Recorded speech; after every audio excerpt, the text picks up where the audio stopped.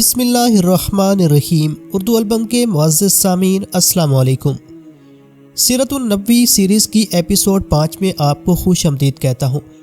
رسول اللہ صلی اللہ علیہ وسلم کی بعثت جن حالات میں ہوئی، اس وقت صورتحال کچھ ایسی تھی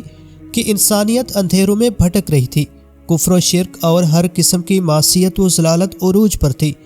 عقیدہ و ایمان کا معاملہ ہو یا اخلاق و اقدار کی بات ہو، ہر لحاظ سے پستی و انحطاط کا وہ دور تھا۔ بت پرستی، توہم پرستی، ستارہ پرستی اور ہر گمراہی اس معاشرے میں موجود تھی۔ معمولی باتوں پر لڑائی جھگڑا، قتل و غارت گری، فتنہ و فساد اور خونریزی ان کا پسندیدہ ترین مشغلہ تھا۔ ہر طرف لوٹ کھسوٹ کا بازار گرم تھا۔ قاعدہ و قانون نام کی کسی چیز کا دور دور تک کوئی وجود نہیں تھا۔ ہر برائی اپنے عروج پر تھی اور ہر لحاظ سے وہ لوگ پستی کی انتہا کو پہنچ گئے تھے۔ کون سی برائی تھی جو اس معاشرے میں موجود نہیں تھی؟ اور سب سے بڑھ کر رونگٹے کھڑے کر دینے والی برائی اس معاشرے میں یہ تھی کہ وہ لوگ آر کے ڈر سے خود اپنے ہی ہاتھوں اپنی بیٹیوں کو زندہ درگور کر دیا کرتے تھے۔ انسانیت سسک سسک کر دم توڑ رہی تھی۔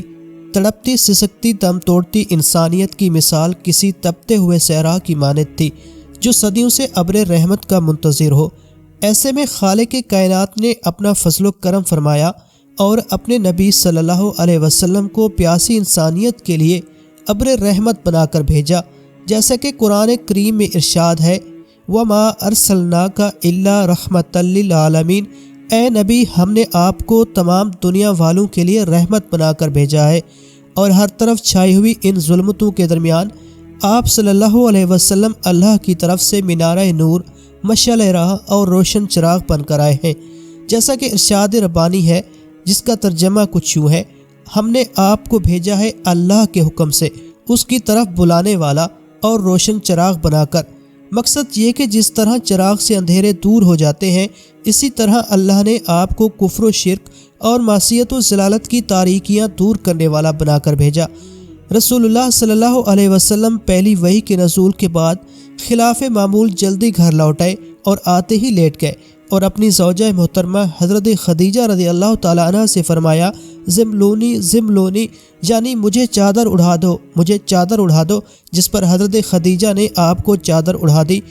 کچھ توقف کے بعد جب طبیعت قدرے سنبھلی تو آپ نے حضرت خدیجہ کے سامنے تمام صورتحال بیان کی اور پھر اپنی پریشانی کا اظہار کرتے ہوئے فرمایا، جس کا ترجمہ ہے، مجھے تو اپنی جان خطرے میں محسوس ہو رہی ہے۔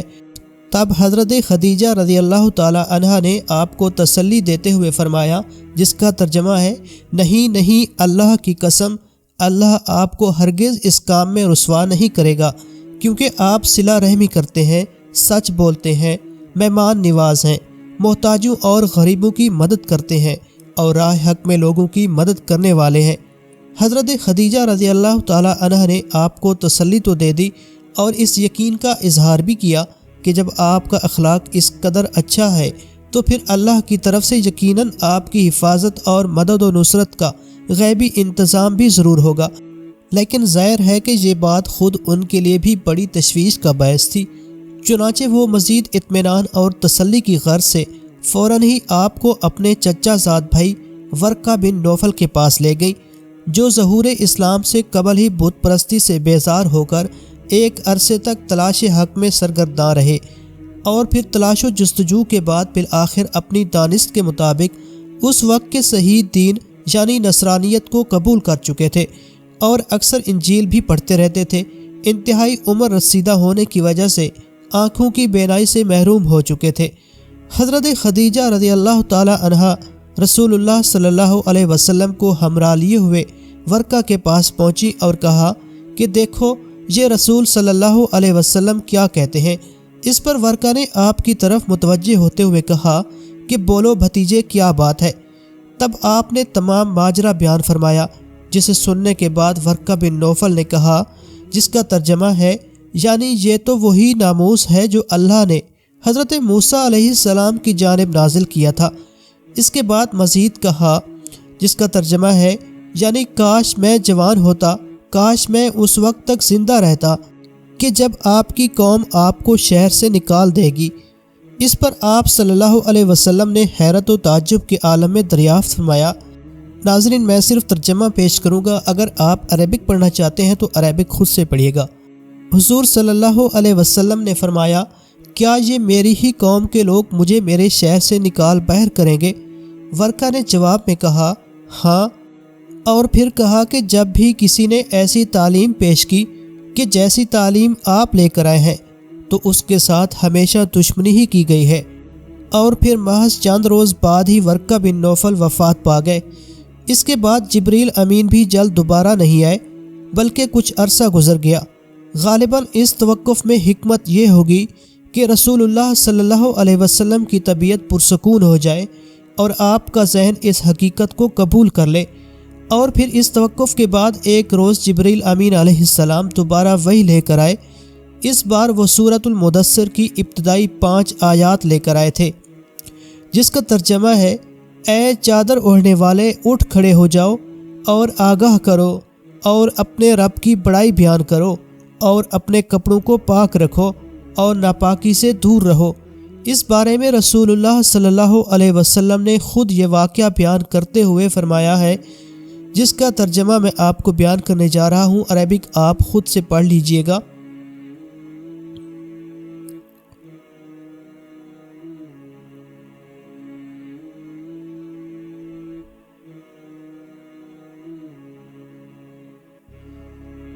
میں چلا جا رہا تھا کہ اچانک میں نے آسمان کی طرف سے ایک آواز سنی۔ میں نے نگاہ اٹھا کر دیکھا تو وہ فرشتہ جو غار حرا میں میرے پاس آیا تھا، میں نے دیکھا کہ وہی فرشتہ آسمان و زمین کے درمیان ایک کرسی پر بیٹھا ہوا ہے۔ میں گھبراہٹ کی وجہ سے زمین پر ہی بیٹھ گیا۔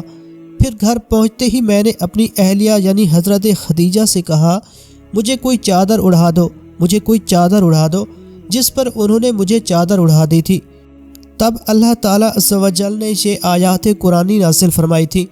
رسول اللہ صلی اللہ علیہ وسلم کی 23 سالہ پیغمبرانہ زندگی اس قدر وسیع موضوع ہے اور اس کی اتنی جزیات ہیں کہ ان میں سے ہر موضوع پر مستقل ضخیم کتابیں لکھی گئی ہیں۔ یہ سلسلہ ہر دور میں جاری رہا اور آئندہ بھی تا قیامت جاری رہے گا انشاءاللہ۔ البتہ سہولت کی خاطر بطور خلاصہ اس 23 سالہ زندگی کو یوں تقسیم کیا جا سکتا ہے کہ ابتدا میں اسے مکی دور اور مدنی دور میں تقسیم کر دیا جائے، اور پھر ان دونوں ادوار میں سے ہر ایک کو مزید 3 مختلف ادوار میں تقسیم کر دیا جائے۔ پہلا دور خفیہ دعوت و تبلیغ کی زندگی کے 3 مختلف ادوار میں سے پہلا دور وہ ہے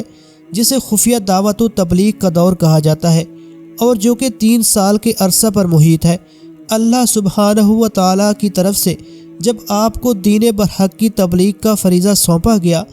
تو اس حکم ربانی کی تعمیل میں آپ نے سب سے پہلے اپنے افراد خانہ کو پیغام حق پہنچایا، جس کے نتیجے میں آپ کی زوجہ محترمہ ام المؤمنین حضرت خدیجہ رضی اللہ تعالیٰ عنہ، آپ کے آزاد کردہ غلام حضرت زید بن حارثہ رضی اللہ عنہ، آپ کے چچا زاد بھائی حضرت علی بن ابی طالب رضی اللہ تعالیٰ عنہ، جو کہ آپ ہی کے زیر کفالت تھے، آپ کی دعوت پر لبیک کہتے ہوئے اس پیغام حق کو قبول کر لیا۔ ان افراد خانہ کے بعد آپ نے گھر سے باہر ان لوگوں کو اللہ کے دین کی طرف دعوت دی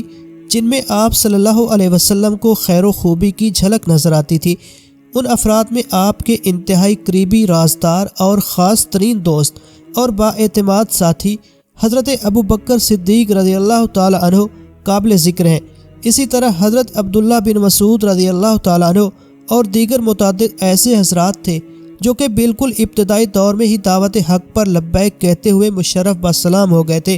یہاں یہ بات قابل ذکر ہے کہ یہ تمام حضرات وہ تھے کہ جن کا رسول اللہ صلی اللہ علیہ وسلم کے ساتھ بہت قدیم اور قریبی تعلق چلا رہا تھا، جس کی وجہ سے یہ حضرات آپ کے اخلاق و کردار سے بخوبی واقف تھے۔ آپ کی زندگی کا کوئی گوشہ ان سے مخفی نہیں تھا۔ اس کے باوجود سب سے پہلے انہی حضرات کا آپ کی دعوت کو قبول کرنا اور بلا چون چرا آپ کی تصدیق کرنا آپ کی صداقت و حقانیت نیز آپ کے اعلیٰ اخلاق اور پاکیزہ کردار کی مضبوط دلیل ہے۔ 3 سال کے عرصے پر محیط خفیہ دعوت و تبلیغ کا یہ دور یوں مکمل ہوا کہ گنے چنے چند افراد نے اس دین برحق کو قبول کیا، جس کی خبر اگرچہ مشرکین مکہ کے کانوں تک جا پہنچی، تاہم انہوں نے اسے محض وقتی چیز سمجھتے ہوئے اس طرف کوئی خاص توجہ نہیں دی۔ دوسرا دور اعلانیہ دعوت و تبلیغ کا ہے۔ نبوت کے 6 سال کے آغاز میں جب یہ آیت نازل ہوئی جس کا ترجمہ ہے یعنی آپ ڈرائیے اپنے خاندان والوں کو، قرابت داروں کو، اس حکم ربانی کی تعمیل میں آپ نے اب اعلانیہ دعوت و تبلیغ کا آغاز فرمایا تھا، اور یوں نبوت کی زندگی کے دوسرے دور کا آغاز ہوا جو کہ نبوت کے 10ویں سال تک جاری رہا۔ چنانچہ ایک روز آپ صلی اللہ علیہ وسلم نے کوہ صفا پر اپنے خاندان والوں یعنی بنو ہاشم کو جمع کیا تاکہ ان کے سامنے دعوت حق پیش کر سکیں، لیکن اس موقع پر ابو لہب نے حسب معمول الٹی سیدھی ہانکنی شروع کی جس کی وجہ سے آپ اپنا مدعا بیان نہ کر سکے۔ دوسرے روز آپ نے دوبارہ بنو ہاشم کو جمع کیا اور مدعا بیان کرنے سے پہلے ان سے اپنی تصدیق چاہی، جس پر ان سب نے بیک زبان کہا یعنی ہم نے آپ سے کبھی جھوٹ نہیں سنا۔ تب آپ نے انہیں اللہ کا پیغام پہنچایا، اللہ کے دین کی طرف انہیں دعوت دی، صرف ایک اللہ کی عبادت کی تلقین فرمائی، بت پرستی اور توہم پرستی کے شرک سے انہیں روکا، معاشرتی برائیوں سے باز رہنے کی تاکید فرمائی۔ اس کے بعد آپ نے ان حاضرین محفل سے دریافت فرمایا کہ اس کام میں تم میں سے کون میرا ساتھ دے گا؟ حضرت علی کرم اللہ وجہہ اس وقت کم سن تھے اور اس محفل میں موجود تمام افراد بنو ہاشم میں وہ سب سے چھوٹے تھے، مگر اس کے باوجود وہ اپنی جگہ سے اٹھے اور بآواز بلند بلا تردد آپ کی حمایت اور اس کام میں بھرپور ساتھ دینے کا وعدہ کیا، جبکہ وہ اس سے بہت قبل ہی مشرف با اسلام ہو چکے تھے۔ آپ کے سرپرست اور مشفق و مہربان چچا ابو طالب نے اس موقع پر آپ کو اس سلسلے میں اپنی مکمل حمایت اور تائید کا یقین دلا دیا تھا، البتہ ساتھ ہی یہ بھی کہا، میرا دل نہیں مانتا کہ میں عبد المطلب کے دین سے روگردانی کروں۔ مقصد یہ ہے کہ دین اسلام کی دعوت و تبلیغ اور نشر و اشاعت کی جہاں تک بات ہے، اس سلسلے میں آپ کے شانہ بشانہ ہر تعاون اور مدد کے لیے مکمل طور پر تیار ہوں، لیکن جہاں تک میرے اپنے دین کا معاملہ ہے تو میں اپنے آبائی دین کو نہیں چھوڑ سکتا۔ رسول اللہ صلی اللہ علیہ وسلم نے اپنا سلسلہ گفتگو جاری رکھا۔ اسی دوران جب آپ نے یہ ارشاد فرمایا جس کا ترجمہ یوں ہے یعنی میں تمہیں ڈراتا ہوں سخت عذاب سے، یہ الفاظ سنتے ہی ابو لہب بھڑک اٹھا اور یوں ہرزہ سرائی کرنے لگا جس کا ترجمہ ہے تو ہلاک ہو جائے، کیا تو نے ہم سب کو صرف اسی لیے یہاں جمع کیا ہے؟ ابو لہب کی زبانی یہ انتہائی سخت اور قبیح ترین الفاظ سن کر رسول اللہ صلی اللہ علیہ وسلم انتہائی رنجیدہ ہو گئے، جس پر آپ کی دلجوئی و تسلی کے لیے خالق ارض و سما کی جانب سے سورۃ تبت یدا یعنی سورہ مسد نازل کی گئی، جس میں اللہ سبحانہ و تعالیٰ کی طرف سے یہ کہا کیا کہ ہلاکت تو خود ابو لہب کے لیے ہے۔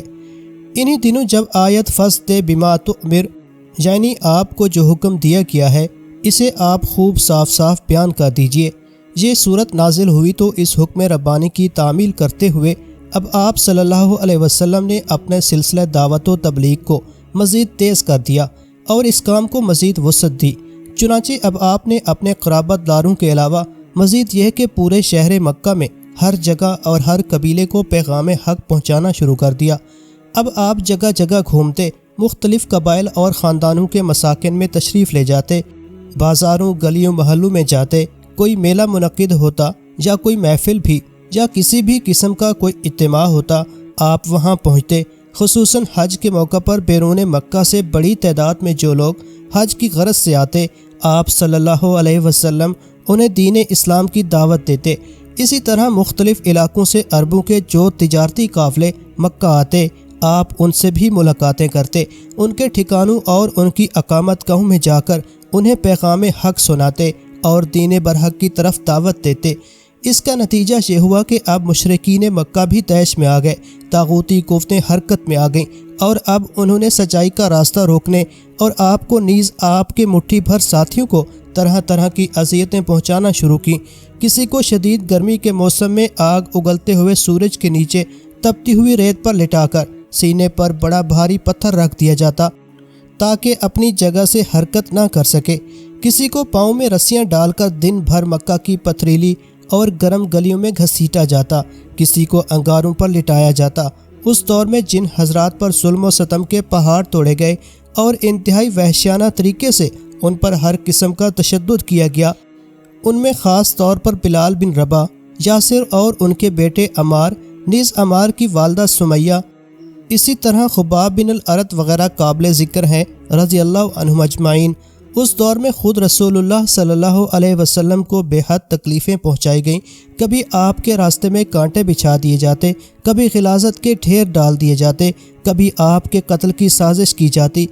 نیز ایک بار جب آپ بیت اللہ کے قریب نماز کے دوران اپنے رب کے سامنے حالت سجود میں تھے تو چند بدبختوں نے اونٹ کی اوجڑی لا کر آپ کی پشت مبارک پر ڈال دی، جس کے بوجھ اور وزن کی وجہ سے آپ صلی اللہ علیہ وسلم کافی دیر تک حرکت نہ کر سکے، جبکہ نجاست و غلاظت اور بدبو کی تکلیف اس کے علاوہ تھی۔ مزید یہ کہ آپ صلی اللہ علیہ وسلم کو ان جسمانی اذیتوں اور تکلیفوں کے علاوہ ہر قسم کی ذہنی و نفسیاتی تکلیف پہنچانے میں بھی ان ظالموں اور بدبختوں نے کوئی کسر اٹھا نہ رکھی۔ چنانچہ آپ کو دیوانہ بھی کہا گیا، جیسا کہ قرآن کریم میں اس طرف اشارہ ہے، جس کا ترجمہ کچھ یوں ہے۔ انہوں نے کہا کہ اے وہ شخص جس پر قرآن نازل کیا گیا ہے، یقیناً تو کوئی دیوانہ ہے۔ اور کبھی کہتے کہ یہ قرآن تو نعوذ باللہ اس شخص نے خود ہی لکھوا لیا ہے اور اللہ کی طرف اس کی جھوٹی نسبت کر دی ہے، جیسا کہ قرآن کریم میں ارشاد ہے، جس کا ترجمہ میں آپ کو بیان کرنے جا رہا ہوں۔ اگر آپ عربک پڑھنا چاہیں تو خود سے پڑھ لیں۔ ترجمہ یوں ہے، اور یہ بھی کہا کہ یہ تو محض گزشتہ لوگوں کے افسانے ہیں جو اس نے لکھا رکھے ہیں، بس وہی صبح شام اس کے سامنے پڑھے جاتے ہیں، اور کبھی بطور استہزاء و تمسخر یوں کہتے ہیں کہ یہ کیسا عجیب رسول ہے جو کھاتا پیتا اور بازاروں میں گھومتا پھرتا ہے۔ چنانچہ قرآن کریم میں ارشاد ہے، جس کا ترجمہ کچھ یوں ہے، اور انہوں نے کہا کہ یہ کیسا رسول ہے جو کھانا کھاتا ہے اور بازاروں میں چلتا پھرتا ہے۔ نیز کبھی جادوگر اور کبھی جھوٹا کہا گیا، جیسا کہ قرآن کریم میں ارشاد ہے، اور کہا کافروں نے کہ یہ تو بس جادوگر ہے، جھوٹا ہے۔ غور طلب بات ہے کہ وہی مشرکین مکہ جو آپ صلی اللہ علیہ وسلم کو بعثت و رسالت سے قبل ہمیشہ سے صادق و امین کے لقب سے پکارتے چلے آ رہے تھے، اب وہی لوگ یک بیک آپ کو جھوٹا کہنے لگے، اور پھر خاص طور پر جب کہ ان میں سے اکثریت کے ساتھ آپ کا قرابت داری کا تعلق بھی تھا۔ اپنوں ہی کی زبانی دل چھلنی کر دینے والی یہ باتیں، یقیناً یہ چیز آپ کے لیے انتہائی صدمے اور نفسیاتی تکلیف کا باعث تھی۔ نیز یہ مشرکین مکہ بغض و نفرت کی شدت کی وجہ سے آپ صلی اللہ علیہ وسلم کو تیز نگاہوں اور کھا جانے والی نظروں سے دیکھا کرتے تھے، جس کا قرآن کریم میں یوں تذکرہ کیا گیا ہے، جس کا ترجمہ میں آپ کو بیان کرنے جا رہا ہوں۔ اور قریب ہے کہ کافر اپنی تیز نگاہوں سے آپ کو پھسلا دیں جب کبھی قرآن سنتے ہیں اور کہہ دیتے ہیں کہ یہ تو ضرور دیوانہ ہے۔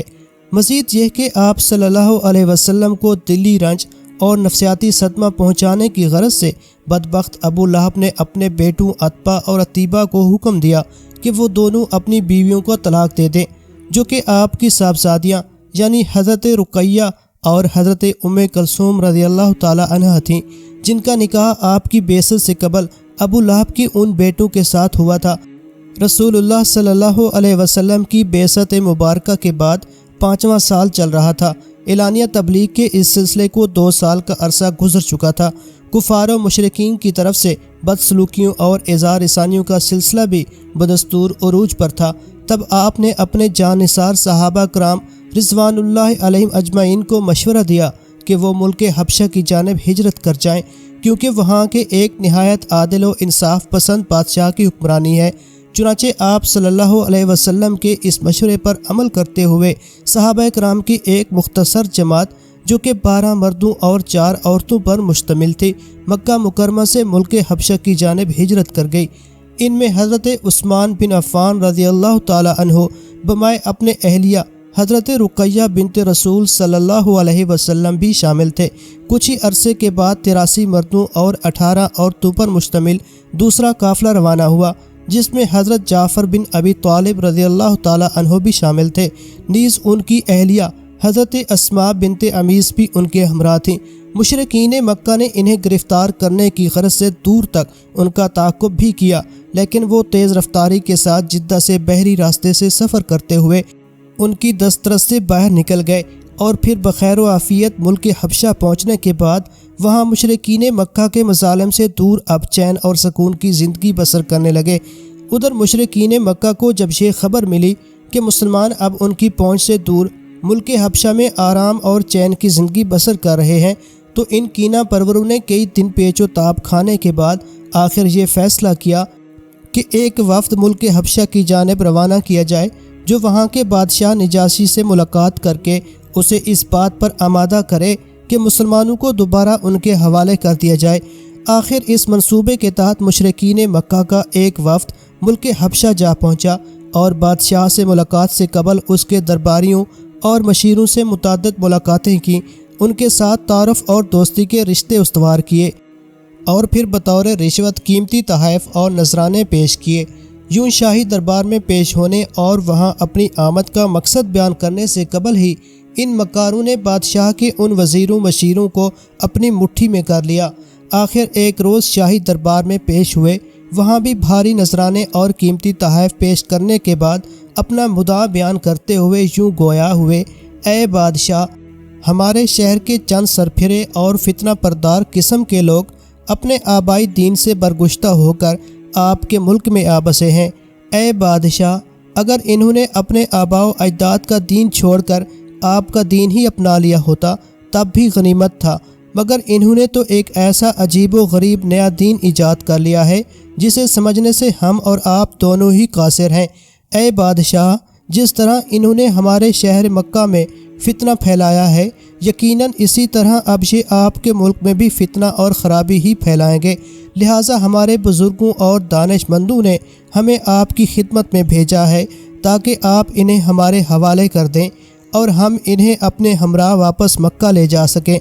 بادشاہ نے ان کی یہ بات سننے کے بعد اپنے درباریوں اور مشیروں کی جانب سے استفہامیہ انداز میں دیکھا، گویا وہ ان کی رائے جاننا چاہتا ہو، اور رشوت بول اٹھی۔ سبھی درباریوں نے پرزور انداز میں مشرکین مکہ کی تائید اور ان کے مطالبے کی حمایت کی اور اپنے بادشاہ کو مسلمانوں کی طرف سے مزید بد دل کرنے کے لیے تاکیدی انداز میں کہا کہ جو اپنے آباء و اجداد کے دین کے ساتھ غداری کر سکتے ہیں، ان سے خیر کی کیا توقع کی جا سکتی ہے۔ مشرکین مکہ اور پھر ان کے بعد اپنے ان درباریوں کی گفتگو سننے کے بعد بادشاہ نجاشی نے کہا: انصاف کا تقاضا یہ ہے کہ پہلے ان مسلمانوں کی بات بھی سن لوں اور اس کے بعد ان کے بارے میں کوئی فیصلہ صادر کروں۔ چنانچہ مسلمانوں کو وہاں دربار میں طلب کیا گیا۔ بادشاہ نے ان سے دریافت کیا کہ یہ کون سا دین ہے کہ جس کی خاطر تم نے اپنے آباء و اجداد کے دین کو چھوڑ دیا ہے، اور پھر یہ کہ ہمارا دین بھی نہیں اپنایا۔ بادشاہ کی طرف سے اس سوال کے جواب میں ان حضرات صحابہ کرام میں سے حضرت جعفر بن ابی طالب رضی اللہ تعالی عنہ کھڑے ہوئے اور یوں سلسلہ گفتگو کا آغاز کیا۔ میں یہاں صرف ترجمہ بیان کر رہا ہوں۔ اے بادشاہ، ہم جاہل تھے، ہم بتوں کی پوجا کیا کرتے تھے، بدکاری کیا کرتے تھے، ہم مردار کھاتے تھے، پڑوسیوں کے ساتھ برا سلوک کیا کرتے تھے، ہم میں سے جو طاقتور تھا وہ کمزور کو کھا جاتا تھا۔ ہم اسی کیفیت میں زندگی بسر کر رہے تھے کہ اس دوران اللہ نے ہم میں سے ایک ایسی ہستی کو نبی بنا کر ہماری جانب مبعوث فرمایا کہ جس کے حسب و نسب، نجابت و شرافت، امانت و دیانت، نیز اس کی پاکیزہ زندگی سے ہم سب خوب واقف تھے۔ اس نے ہمیں ایک اللہ کی عبادت کی طرف دعوت دی اور اللہ کے سوا جن بتوں کی ہم اور ہمارے باپ دادا پوجا کرتے چلے آ رہے تھے ان کی پوجا سے باز رہنے کی تاکید کی۔ اس نے ہمیں راست بازی، امانت داری، صلہ رحمی اور پڑوسیوں کے ساتھ حسن سلوک کا سبق سکھایا۔ خون ریزی، بے حیائی، دروغ گوئی، یتیموں کا مال ہڑپ کر جانے اور پاک دامن عورتوں پر بہتان لگانے سے ہمیں منع فرمایا۔ پس ہم نے اس کی تصدیق کی اور اس پر ایمان قبول کیا، جس پر ہماری قوم ہمارے در پہ آزار ہو گئی، ہمیں ہر طرح ستایا، پریشان کیا اور ہمیں اپنے دین سے برگشتہ کرنے کی ہر ممکن کوشش کی۔ جب ان کا ظلم و ستم حد سے تجاوز کر گیا تو اے بادشاہ، ہم نے اپنے وطن عزیز کو خیر آباد کہا اور پناہ کی تلاش میں ہم آپ کے ملک میں چلے آئے، یہ امید لیے ہوئے کہ یہاں ہمارے ساتھ انصاف کیا جائے گا اور یہ کہ یہاں ہمارے ساتھ کوئی ظلم و زیادتی نہیں ہوگی۔ یہ تھا اس نبی امی کے مکتب کا فیض کہ ایک صحرا نشین جس نے دنیا کی کسی درسگاہ میں کوئی تعلیم حاصل نہیں کی، جس کے پاس کوئی ڈگری نہیں، جسے دنیا کے کسی شاہی دربار میں جانے کا کبھی اتفاق ہی نہیں ہوا، شاہی درباروں کے آداب سے یکسر ناواقف، سفارتی آداب سے مکمل بے خبر، مگر بادشاہ کے دریافت کرنے پر جو حیرت انگیز جواب دیا وہ کس قدر جامع، پرمغز، مدلل اور اثر انگیز تھا۔ یقیناً یہ معلم انسانیت رسول اکرم صلی اللہ علیہ وسلم کی پاکیزہ تربیت کا ہی نتیجہ تھا۔ اس کے بعد نجاشی نے حضرت جعفر رضی اللہ عنہ سے کہا، تمہارے نبی کی جانب اللہ کی طرف سے جو کلام نازل کیا گیا ہے، کیا اس میں سے کچھ تم مجھے سنا سکتے ہو؟ اس پر حضرت جعفر نے سورہ مریم کی ابتدائی چند آیات تلاوت کی، جنہیں سن کر نجاشی زار و قطار رونے لگا اور اس کی آنکھوں سے آنسو رواں ہو گئے جو اس کے رخساروں پر بہنے لگے۔ تب بے اختیار وہ بول اٹھا، یعنی بے شک یہ کلام اور وہ کلام جو کہ حضرت عیسیٰ علیہ السلام لائے ہیں، دونوں ایک ہی چراغ سے نکلے ہوئے نور ہیں۔ نجاشی حضرت جعفر کی تقریر سے اور پھر ان کی زبانی سورہ مریم کی تلاوت سے اس قدر متاثر ہوا کہ اس نے ان مسلمانوں کو مشرکین مکہ کے حوالے کرنے سے صاف انکار کر دیا اور مشرکین مکہ کے وفد کو مخاطب کرتے ہوئے یوں کہنے لگا کہ اللہ نے مجھے یہ سلطنت رشوت لے کر عنایت نہیں کی، پھر میں کسی سے رشوت کیوں لوں؟ اور وفد کو واپس لوٹ جانے کا حکم دیا۔ جب یہ وفد ناکام و نامراد مکہ واپس پہنچا اور اپنی ناکامی و ذلت کی داستان سرداران قریش کے گوش گزار کی تو وہ غصے کے مارے دانت پیس کر رہ گئے۔ حضرت حمزہ نیز حضرت عمر رضی اللہ تعالی عنہما کا قبول اسلام انہی دنوں، یعنی جب آفتاب نبوت کو مکہ شہر پر اپنی روشن کرنیں بکھیرتے ہوئے چھٹا سال چل رہا تھا، ایک بڑی خوشگوار تبدیلی یہ آئی کہ حضرت حمزہ بن عبد المطلب رضی اللہ تعالی عنہ مشرف با اسلام ہو گئے۔ مکہ میں یہ انتہائی شریف النفس اور بہت ہی صاحب وجاہت سمجھے جاتے تھے۔ معاشرے میں ان کا بڑا مقام و رتبہ تھا اور انہیں انتہائی قدر و منزلت کی نگاہ سے دیکھا جاتا تھا۔ رسول اللہ صلی اللہ علیہ وسلم کے چچا تھے، خاندان بنو ہاشم کے چشم و چراغ تھے، اور پھر صرف 3 دن بعد ہی حضرت عمر بن خطاب رضی اللہ تعالی عنہ بھی بالکل اچانک ہی مسلمان ہو گئے، حالانکہ اس سے قبل وہ دین اسلام کے شدید مخالف اور مسلمانوں کے سخت دشمن تھے، ہمیشہ مسلمانوں کے در پہ آزار رہتے تھے، انتہائی بہادر، دلیر اور تندرست و توانا قسم کے انسان تھے۔ مکہ میں ان کا بہت زیادہ رعب اور دبدبہ تھا، بڑے بڑے بہادر اور جوان ان کے نام سے لرزتے تھے، جیسا کہ مشہور صحابی رسول حضرت عبداللہ بن مسعود رضی اللہ تعالی عنہ فرماتے ہیں کہ عمر رضی اللہ تعالی عنہ کا قبول اسلام ہم مسلمانوں کے لیے عزت کا ذریعہ اور فتح و نصرت کا پیش خیمہ تھا۔ ہم مسلمانوں نے عمر کے قبول اسلام کے بعد پہلی بار علی الاعلان اور کھلے عام بیت اللہ کا طواف کیا اور وہاں نماز ادا کی۔ اس سے قبل ہمیں کبھی یہ جرت نہیں ہوئی تھی۔ اللہ پاک ہمارا بیان کرنا اور آپ کا سننا اپنی بارگاہ الہی میں قبول فرمائے اور ہم پر بے شمار برکت نازل فرمائے۔ ناظرین محترم، اگر ویڈیو اچھی لگے تو ویڈیو کو لائک اور چینل کو ضرور سبسکرائب کریں۔ ملتے ہیں سیرت النبی صلی اللہ علیہ وسلم کی اگلی ایپیسوڈ کے ساتھ۔ اپنا اور اپنے ایمان کا بہت سارا خیال رکھیں۔ اللہ حافظ۔